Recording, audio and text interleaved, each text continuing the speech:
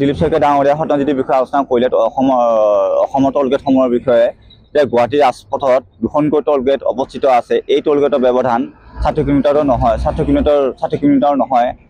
কাৰণ সেইকাৰণে আমি দীৰ্ঘদিন জনাই আছিলোঁ যে সোণাপুৰৰ টোলগেটৰ পৰা মদনপুৰৰ টোলগেট 60 কিলোমিটাৰ ব্যৱধানটো নহয়, 50 কিলোমিটাৰ চাগে হ'বগৈ। সেইকাৰণে আমি নাজিৰহাট টোলগেটটো আমি অতি শীঘ্ৰেই বন্ধ কৰিবলৈ আমি দীৰ্ঘদিন ধৰি আমি দাবী জনাই আছিলোঁ। আৰু এইটো আমি দাবী জনাওঁ যে সোণাপুৰ আঞ্চলিক তন্ত্ৰই এই টোলগেট অতি শীঘ্ৰেই বন্ধ হ'ব লাগে।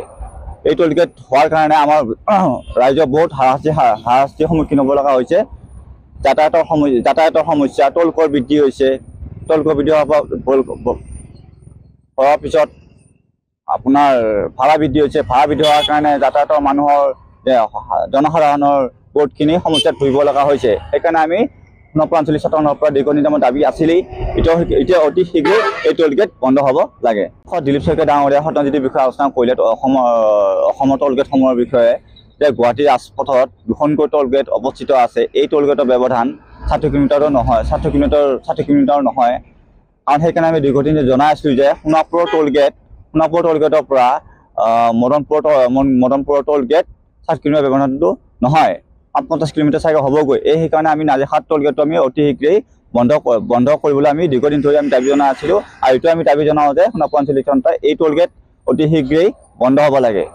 এই টোলগেট হোৱাৰ কাৰণে আমাৰ ৰাইজৰ বহুত হাৰাশাস্তিৰ সন্মুখীন হ'ব লগা হৈছে। যাতায়াতৰ সমস্যা, টোলকৰ বৃদ্ধি হৈছে। টোলকৰ বৃদ্ধি হোৱাৰ পিছত আপোনাৰ ভাড়া বৃদ্ধি হৈছে। ভাড়া বৃদ্ধি হোৱাৰ কাৰণে জনসাধাৰণৰ বহুতখিনি সমস্যাত ভুগিব লগা হৈছে। সেইকাৰণে আমি সোণাপুৰ আঞ্চলিক ছাত্ৰৰ পৰা দীৰ্ঘদিন দাবী আছিলেই।